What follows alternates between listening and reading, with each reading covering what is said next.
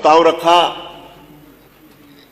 कि संस्कृत और उर्दू को भी इसमें शामिल कर लिया जाए, लेकिन नेता सदन गुस्सा आ गया, माननीय मुख्यमंत्री जी को जल्दी आ गए उर्दू के नाम पर।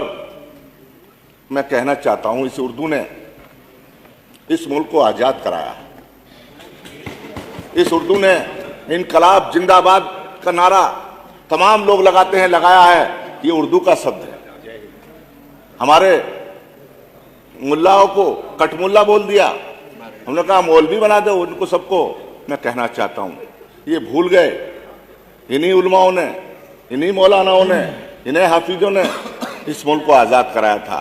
लेके कराची से लेके देवबंद तक अंग्रेजों ने पेड़ों पे गले में फंदा डालकर इनको हजारों हजारों उलमाओं को इन्होंने फांसी लगाने का काम किया, तब ये मुल्क आजाद हुआ। ये मुल्क आजाद ऐसे नहीं हुआ। आज हम यहाँ बैठे हैं, ये उन्हीं की देन है। और मुसलमानों को गद्दार कहते हैं। ये मुसलमानों का इस मिट्टी में है खून शामिल, किसी के बाप का हिंदुस्तान थोड़ी है। मैं कहना चाहता हूं आपसे, ये मुल्क हिंदू और मुसलमान सबका है। 8 साल इस सरकार को हो गए। मैं कहना चाहता हूं, ना किसी ने हिंदू को मारा है, किसी मुसलमान ने, ना किसी मुसलमान ने हिंदू को मारा, ना हिंदू ने मुसलमान को मारा। ये भाईचारा खत्म करना चाहते हैं, ये जहर घोलना चाहते हैं, हिंदू और मुसलमान को लड़ाना चाहते हैं। लेकिन मैं मुबारकबाद देता हूं हिंदुओं को भी और मुसलमानों को भी।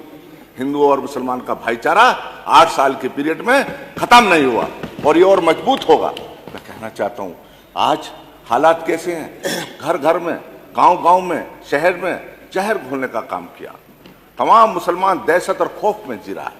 यकीन मानिए, जब घर से निकलता है सुबह को उसका बेटा काम के लिए, तो शाम को वही महसूस करती है उसकी माँ कि मेरा बेटा अभी तक नहीं आया। दरवाजा खोल के झांक कर देखती है कि मेरा बेटा देर हो गई, क्यों नहीं आया। इसलिए डर लगता है उसको कोई थाने वाला पकड़ लेगा और उस पर 4 मुकदमे फर्जी लगाने का काम होगा। 8 साल के अंदर मुसलमानों को क्या दिया है? लाठी दी है, डंडा दिया है, गोलियां मारी हैं और जेलों में डालने का काम माइनॉरिटी के लोगों को इस सरकार ने किया है। मैं कहना चाहता हूं, मुसलमान क्या मांग रहा है आपसे? 8 साल के पीरियड में क्या मांगा है? और उसने एक चीज मांगी है, ना रोजी मांगी, ना रोटी मांगी, ना नौकरी मांगी।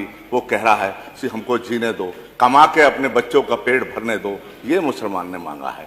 अरे इतने सब्र से बैठा है, ये भी इनको बर्दाश्त नहीं हो रही। मैं कहना चाहता हूं, ये सब्र, हमारा सब्र तुम्हें खाक में मिला देगा।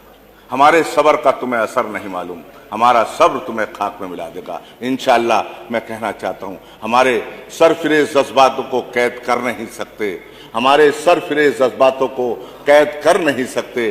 क्यों हवाओं के लिए आप जंजीरें बनाते हैं? मैं कहना चाहता हूं, आज हालात क्या हैं? मेरे जनाजे पर यारो मोहब्बत लिख देना, मेरे जनाजे पे यारो मोहब्बत लिख देना। हमने बुनियादों के पत्थर हैं, हमें घर से निकाला जा रहा है। मैं कहना चाहता हूं, आज क्या हालात कर दिए मुसलमानों के। पूरे उत्तर प्रदेश के अंदर आप दहशत के अंदर, खौफ के अंदर जी रहा है।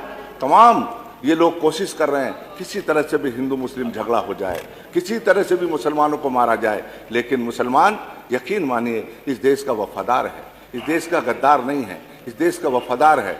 इस जब जब जरूरत पड़ी है, सन 71 का देख लीजिए, हिंदुस्तान पाकिस्तान की जब जंग हो रही थी तो वीर अब्दुल हमीद ने पाकिस्तान के टैंक उड़ाने के बाद अपनी कुर्बानी देने का काम किया। ये किरदार है मुसलमान का। अभी कुंभ का मेला भर रहा था इलाहाबाद के अंदर, कड़ी सर्दी हो रही थी, कड़ी सर्दी हो रही थी, तमाम बहुत कड़ाके की सर्दी पड़ रही थी। लेकिन वहां के तमाम मुसलमानों ने अपने शरीर से जर्सी उतारकर, स्वेटर उतारकर, जैकेट उतारकर वहां के हिंदू भाइयों को देने का काम किया। अपने दरवाजे खोल दिए, अपने मस्जिदों के दरवाजे खोल दिए, मदरसों के दरवाजे खोल दिए, अपने इमाम बाड़ों के दरवाजे खोल दिए, मुसाफिर खानों के दरवाजे खोल दिए, अपने घर के दरवाजे खोल दिए और हिंदू भाइयों को अपने घरों में बिठाने के बाद सेवा और खिदमत करने का काम वहां के मुसलमानों ने किया है। मैं कहना चाहता हूं आपसे, आज हालात कैसे बना दिए, ये मुसलमानों का किरदार है। और ये हमको कहते हैं मुसलमान के नाम पर चिढ़ रहे हैं, मुसलमान के नाम पर गुस्सा आ रहा। माननीय सदस्य समराइज कर लीजिए, स्थानीय कोई प्रॉब्लम है तो बता दीजिए। मैं कहना चाहता हूं, आपका खत्म हो गया।